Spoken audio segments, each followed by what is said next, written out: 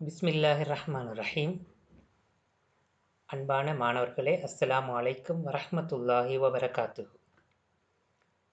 இஸ்லாம் உயர்தர வகுப்புக்கான பாடத்திட்டத்தில் தரம் 12இல் இடம்பெறுகின்ற தௌஹீதுக்கு முரணான அம்சங்கள் தொடர்பாக முதலில் ஷிர்க் தொடர்பாக நாங்கள் இன்றைய பாடத்திலே இன்ஷா அல்லாஹ் பார்க்க இருக்கின்றோம். மாணவர்களே, 2வது அலகு. இதிலே இஸ்லாமிய நம்பிக்கை கோட்பாடுகள் என்ற தேர்ச்சியில் தௌஹீதுக்கு முரணானவை என்ற உபதலைப்பிலேதான் ஷிர்க், குஃபுர், நிஃபாக், இல்ஹாத் போன்ற பல்வேறு விடயங்கள் நோக்கப்படுகின்றன. எனவே இன்றைய தினம் தௌஹீதுக்கு முரணான ஷிர்க் தொடர்பான எமது பாடத்திட்டத்துக்குள்ளால் வருகின்ற முக்கியமான அம்சங்களை நாங்கள் இன்ஷா அல்லாஹ் பார்ப்போம். முதலில் ஷிர்க் என்றால் என்ன? இதனை நாங்கள் வழமை போல் மொழி அடிப்படையிலும் இஸ்லாமிய வழக்கிலும் இதனை பார்ப்போம். ஷிர்க் என்பது அரபு மொழியிலே பங்காளியாக்குதல் என்ற பொருளை தருகின்றது. இணையாக்குதல் அல்லது பங்காளியாக்குதல். உண்மையிலே ஷிர்க் என்ற பதம் தௌஹீத் என்ற பதத்துக்கு நேர் எதிரான பதமாக பார்க்கப்படுகின்றது. இஸ்லாமிய வழக்கில் அல்லது பரிபாசையில் ஷிர்க் என்பது சற்று விரிவான கருத்தை கொண்டிருக்கின்றது. அல்லாஹ்வின் உலூஹியத், ருபூபியத், சிஃபாத் என்பவற்றில் அல்லாஹ்வுக்கு உள்ள தனித்துவங்களை வேறொன்றுக்கு வழங்குவது அல்லது அல்லாஹ்வுக்காக நிறைவேற்றப்பட வேண்டிய, அல்லாஹ்வுக்காக மட்டும் நிறைவேற்றப்பட வேண்டிய கடமைகளை அல்லது விடயங்களை இன்னொன்றுக்காக நிறைவேற்றுவது ஷிர்க் என்று அழைக்கப்படுகிறது. எனவே மாணவர்களே, உங்களுக்கு தெரியும், தௌஹீத் என்பதில் தௌஹீத் உலூஹியா, தௌஹீத் ருபூபியா, தௌஹீதுல் அஸ்மா வசிஃபாத் என்று 3 அம்சங்கள் இருக்கின்றன. எனவே இதனை வைத்து நாங்கள் இவ்வாறு வரைவிலக்கணப்படுத்தலாம்.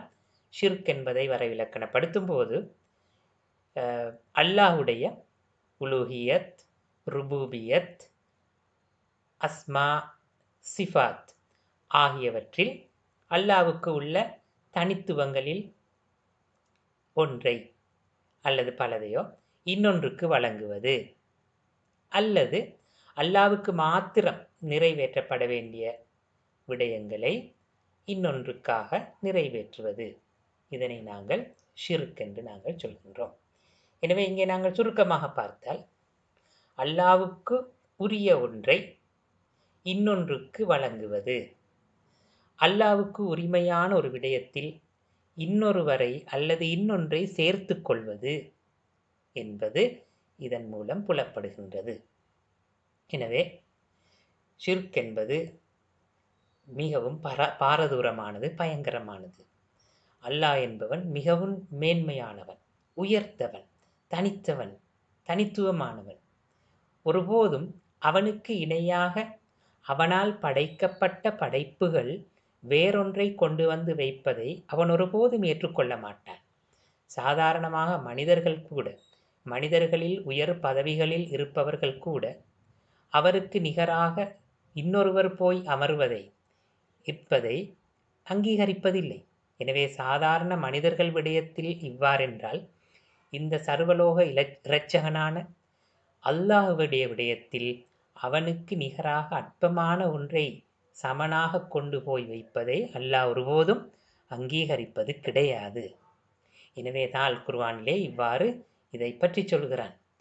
நிச்சயமாக அல்லாஹ் தனக்கு இணை வைப்பதை மன்னிக்கவே மாட்டான். இதனை தவிர வேறு எதனையும் அவன் நாடியவர்களுக்கு மன்னிப்பான். எவர்கள் அல்லாஹ்வுக்கு இணை வைக்கின்றார்களோ அவர்கள் நிச்சயமாக மிக பெரும் பாவத்தை கற்பனை செய்து கொண்டிருக்கின்றார்கள்.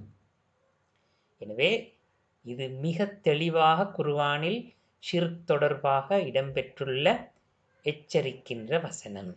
எனவே ஷிர்க் வைப்பவர்கள், இணை வைப்பவர்களை அல்லாஹ் தஆலா ஒருபோதும் மன்னிப்பது கிடையாது என்று அவன் உறுதியாக சொல்கின்றான்.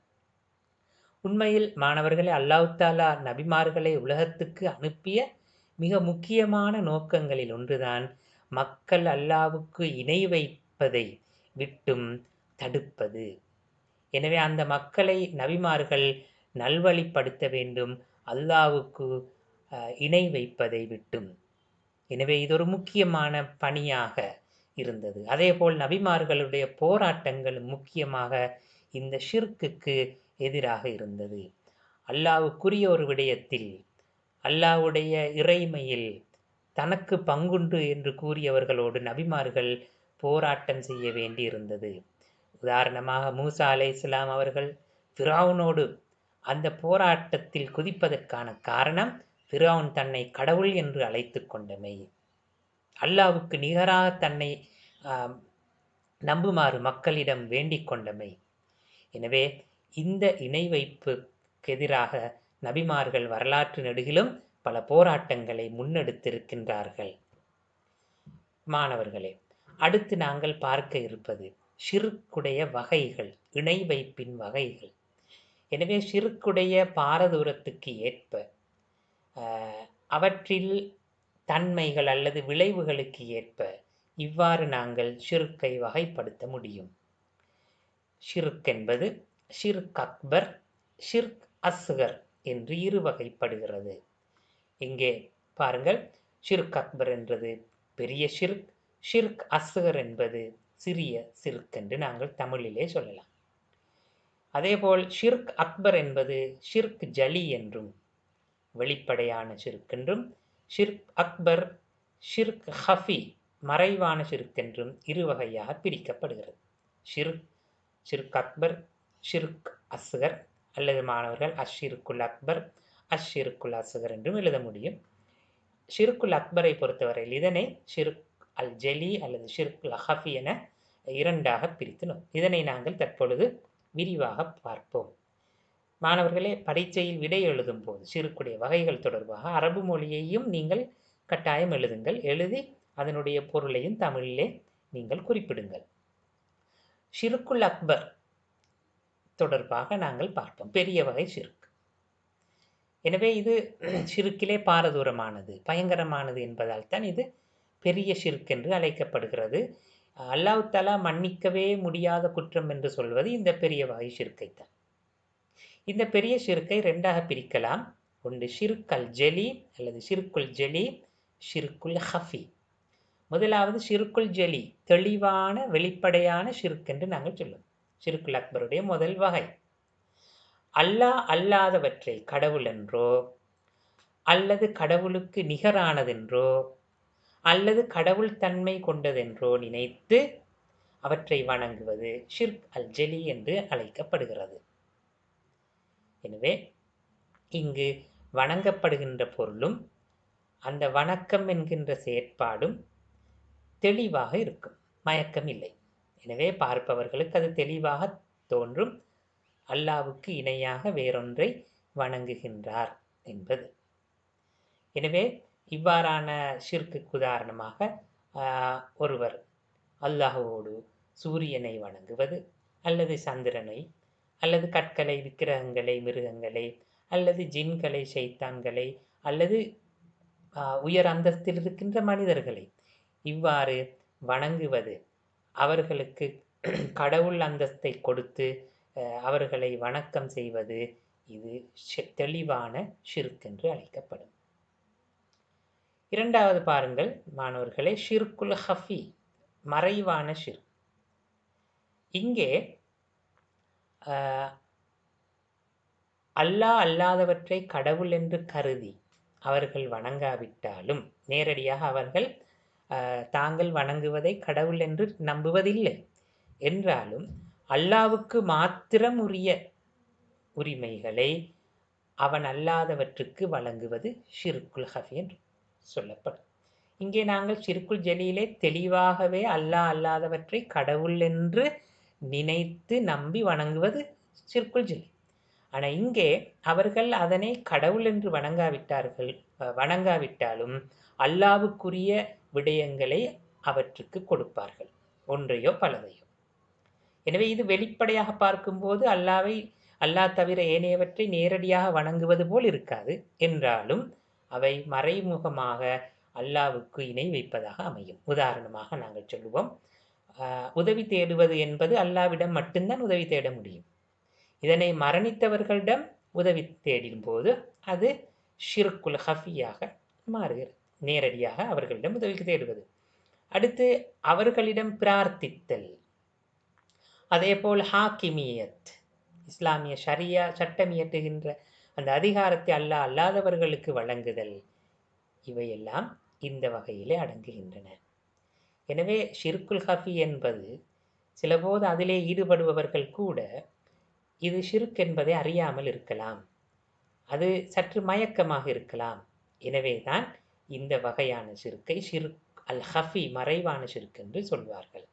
எனினும் இது ஷிர்குல் அக்பர் என்ற பெரும் பாவத்தை சர்வசாதாரணமாக செய்கின்ற ஆபத்தான விடயமாக மாறும். எனவே இதிலே மறைவான ஷிர்க் என்றாலும் இது ஷிர்குல் அக்பர் என்கின்ற பெரிய வகை ஷிர்க்கில் அடங்குகிறது. பலபோது இதன் பாரதூரத்தை அறியாமல் செய்தாலும் அது பெரிய வகை ஷிர்க், அல்லாஹ் மன்னிக்காத ஷிர்க்காக இது அமைந்து விடுகிறது. எனவே மாணவர்களே, இது ஷிர்குல் அக்பர், பெரிய வகை ஷிர்க். அடுத்து நாங்கள் பார்க்கின்றது சிறிய வகை ஷிர்க், ஷிர்குல் அஸ்கர். ஷிர்குல் அக்பரோடு ஒப்பிடும்போது இது பாரதூரம் குறைந்ததாக இருக்கும். என்றாலும் கபாயிர் எனப்படுகின்ற பெரும் பாவங்களை விட, கொலை, கொள்ளை, கற்பழிப்பு, இந்த மாதிரியான விபச்சாரம் போன்ற பெரும் பாவங்களை விடவும் ஷிர்குல் அஸ்கர் பெரியது, பயங்கரமானது. நபி ஸல்லல்லாஹு அலைஹி வஸல்லம் அவர்கள் கூறினார்கள், தஜ்ஜாலுடைய ஃபித்னாவை விடவும் சிறிய ஷிர்க் ஆபத்தானது. உலகத்தில் ஏற்படுகின்ற மிகப்பெரிய ஃபித்னா தஜ்ஜாலுடைய ஃபித்னா. ஆனால் அதைவிட ஆபத்தானது சிறிய ஷிர்க் என்று சொன்னார்கள் நபி ஸல்லல்லாஹு அலைஹி வஸல்லம் அவர்கள். எனவே எப்போது அல்லாஹ்வை பற்றிய அறிவு, ஏகத்துவம், தௌஹீத் தொடர்பான நம்பிக்கை குறைந்து செல்கிறதோ இவ்வாறான ஷிர்க் சமூகத்திலே தோற்றம் பெறுகிறது. இஸ்லாமிய அறிஞர்கள் பின்வருவனவற்றை சிறிய வகை ஷிர்க்காக அவர்கள் அடையாளப்படுத்தி இருக்கின்றார்கள் குர்ஆன் ஹதீஸின் அடிப்படையிலே. முதலாவது, அல்லாஹ் அல்லாதவற்றை கொண்டு சத்தியம் செய்தல். எனவே அல்லாஹ் அல்லாதவற்றை கொண்டு படைப்புகள் மீது சத்தியம் செய்கின்ற உரிமை படைப்புகளுக்கு கிடையாது. படைப்பாளன் மீது மட்டும்தான் சத்தியம் செய்ய முடியும். அல்லாஹ் மீது மட்டுமே சத்தியம் செய்ய முடியும். யார் அல்லாஹ் அல்லாதவற்றின் மீது சத்தியம் செய்கிறாரோ அவர் நிராகரித்து விட்டார் என்று ஹதீஸ் எச்சரிக்கிறது. அதேபோல் நூல், வளையம் என்பன கட்டுதல். யார் தாயத்து கட்டுகின்றாரோ அவர் இணை வைத்து விட்டார் என்ற ஹதீஸும் இதற்கு ஆதாரமாக அமைகிறது. அடுத்தது இதேபோல் மந்திரித்தல், சூனியம் செய்தல், வசியம் செய்தல், சோதிடம் பார்த்தல், சகுனம் பார்த்தல், அல்லாஹ் அல்லாதவற்றின் பெயரில் நேர்ச்சை வைத்தல், அல்லாஹ் அல்லாதவற்றுக்காக அறுத்து பலியிடுதல் போன்றவை இவ்வாறான ஷிர்க்கிலே, சிறிய வகை ஷிர்க்கிலே அமைந்து விடுகின்றன. எனவே இவற்றை ஷிர்குல் அஸ்கர் என்று அடையாளப்படுத்த முடியும். அடுத்து மாணவர்களே, ஷிர்க்குடைய விளைவுகள் பற்றி நாங்கள் பார்ப்போம். ஷிர்க்கில் ஈடுபடுவதால் ஒரு முஸ்லிம் எவ்வாறான இழப்புகளை அடைந்து கொள்வான்? முதலாவது, நற்காரியங்கள் அனைத்தும் பயனற்று போய்விடுகின்றன. எனவே எவ்வளவு நன்மை செய்திருந்தாலும் அல்லாஹ்வோடு ஏனையவற்றை அல்லாஹ்வுக்கு இணையாக வைக்கின்ற பொழுது அந்த நன்மைகள் இல்லாமல் போகின்றன. இந்த குர்ஆன் வசனத்தை நீங்கள் அவதானிக்கலாம். அன்றியும் உமக்கு முன் இருந்தவர்களுக்கும் வஹி மூலம் நிச்சயமாக அறிவிக்கப்பட்டது என்னவென்றால், நீர் இறைவனுக்கு இணை வைத்தால் உம் நன்மைகள் யாவும் அழிந்து நஷ்டமடைந்தவர்களாகி விடுவீர்கள் என்பதாகும். இது அல் குர்ஆனுடைய வசனம். இது தெளிவாக நற்காரியங்களை பயனில்லாமல் செய்கின்ற ஒன்றாக ஷிர்க் அமைந்து விடுகிறது. இரண்டாவது, அல்லாஹ்வின் மன்னிப்பு கிடைக்காமல் போகிறது. ஷிர்க்கில் ஈடுபடுகின்ற பொழுது நிச்சயமாக அல்லாஹ் தனக்கு இணை வைப்பதை மன்னிக்க மாட்டான்.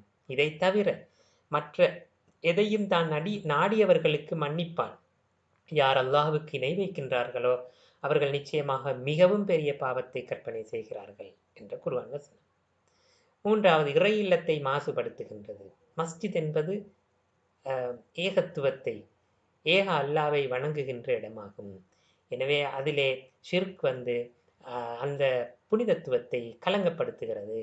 ஈமான் கொண்டவர்களே, நிச்சயமாக இணை வைத்து வணங்குகின்றவர்கள், அல்லாவுக்கு இணை வைத்து வணங்குபவர்கள் அசுத்தமானவர்கள் என்று சொல்கின்றனர். அடுத்து, காற்றில் அகப்பட்ட துரும்பை போன்று அலைக்கழிக்கப்படுவான் ஷிர்க்கிலே ஈடுபடுபவன். இன்னும் எவன் அல்லாவுக்கு இணை வைக்கின்றானோ அவன் வானத்தில் இருந்து விழுந்து பறவைகள் அவனை வாரி எடுத்துச் சென்றது போலும் அல்லது பெருங்காற்றடித்து அவனை வெகு தொலைவில் உள்ள ஓரிடத்துக்கு அடித்து கொண்டு சென்றது போலும் அவன் ஆகிவிடுவான். எனவே நிலையில்லாது ஒரு துரும்பு போல் அலைக்கழிக்கப்படுவான் என்ற கருத்தை இங்கே நாங்கள் பார்க்கலாம். அடுத்து, சுவர்க்கம் ஹராமாக்கப்படுகிறது, நரகில் நிரந்தரமாக தள்ளப்படுவான். எவனொருவன் அல்லாவுக்கு இணை கற்பிக்கானோ அவனுக்கு அல்லாஹ் சுவனவதியை நிச்சயமாக ஹராமாக்கி விடுகிறான். மேலும் அவன் ஒதுங்குமிடம் நரகமே ஆகும். அக்கிரமக்காரர்களுக்கு உதவி புரிபவர் எவரும் இல்லை. இவையெல்லாம் ஷிர்க்கில் ஈடுபடுவதால் வருகின்ற விளைவுகளாக அல் குர்ஆன் எச்சரிக்கின்ற அம்சங்கள். அதேபோல் மனித சமூகத்துடைய ஒருமைப்பாடு குலைந்து போகிறது. மனிதன் தன்னுடைய உயர் அந்தஸ்தை இழக்கின்றான் அல்லாதவற்றுக்கு அவன் சிரம் தாழ்த்துகின்ற பொழுது. அடுத்து, இதனடியாக பல மூட நம்பிக்கைகள் சமூகத்திலே ஏற்படுகின்றன. எனவே இவ்வாறான விளைவுகள் ஷிர்க்கில் ஈடுபடும் போது ஏற்படுகின்றன என்பது இஸ்லாத்தின் கருத்தாகும். ஒருவர் இணை வைப்பவராக இருந்தாலும் கூட அவர் பின்னர் தூய்மையான தௌஹீத் என்கின்ற அந்த ஏகத்துவத்தை ஏற்று அதன் அடிப்படையில் செயற்பட்டால் அல்லாஹ் தஆலா அவருடைய பாவங்களை மன்னித்து அவனை சுவர்க்கத்துக்கு அழைத்து செல்வான், அவனை சுவர்க்கத்தில் வைப்பான். எனவே இணை வைப்பது மிகப்பெரிய பாவமாகும். அதிலே யாராவது ஈடுபட்டு அந்த இணை வைப்பிலிருந்து மீண்டு தௌபா செய்து அல்லாவிடம் மன்றாடி அதிலிருந்து மீளாதவரை அவருக்கு விமோசனம் என்பது கிடையாது. எனவே ஈமானுக்கு முரணான அல்லது தௌஹீதுக்கு முரணான முக்கியமான ஒரு அம்சமாக, இஸ்லாம் எச்சரிக்கின்ற அம்சமாக, நாங்கள் எங்களை பாதுகாத்து கொள்ள வேண்டிய அம்சமாக ஷிர்க் என்பது அமைந்து விடுகிறது. ஷிர்க்கில் சில வகை எங்களுக்கு வெளிப்படையாக தெரிகின்ற அம்சமாக இருக்கலாம், சில வகை நாங்கள் பெரிதாக நினைக்காத அதே நேரம் பயங்கரமான அம்சங்களாக இருக்கலாம். எனவே மாணவர்களே, இந்த பாடத்தில் கேட்கப்படக்கூடிய வினாக்களை நாங்கள் பார்ப்போம். பின்வரும் சோடி சொற்களை வேறுபடுத்துக. ஷிர்குல் அக்பர், ஷிர்குல் அஸ்கர். எனவே இந்த கேள்விக்கு நீங்கள் விடையளிக்கும் போது ஷிர்க் என்றால் என்ன என்று சொல்லி, அதன் ஷிர்குல் அக்பர் என்றால் என்ன, அதோட உதாரணங்கள் சொல்லலாம். அதே போல் ஷிர்குல் அஸ்கர் என்றால் என்ன, அதற்கு உதாரணம் என்று வேறுபடுத்தி நீங்கள் இங்கே காட்ட வேண்டும். அதே போல் ஷிர்க் மனித வாழ்வில் ஏற்படுத்துகின்ற தாக்கங்கள், ஷிர்க்கால் ஏற்படும் பாதிப்புகள் பற்றி விளக்குக. நாங்கள் ஏற்கனவே இங்கே குறிப்பிட்டது போல் அந்த குர்ஆன் வசனங்களை ஆதாரம் காட்டி நீங்கள் இந்த வினாவுக்கு விடையளிக்க முடியும். எனவே மாணவர்களே, இந்த வினாக்களை நீங்கள் செய்து பாருங்கள் இங்கே கற்ற பாடத்துக்கு அமைவாக. எனவே இந்த அளவில் இன்றைய பாடத்தை நாங்கள் நிறைவு செய்து கொள்கின்றோம். இன்ஷா அல்லாஹ் இன்னும் ஒரு பாடத்தில் சந்திக்கும் வரை விடைபெறுகின்றேன். ஜஸாக்குமுல்லாஹ் கைரா. அஸ்ஸலாமு அலைக்கும் வரஹ்மத்துல்லாஹி வபரகாத்துஹு.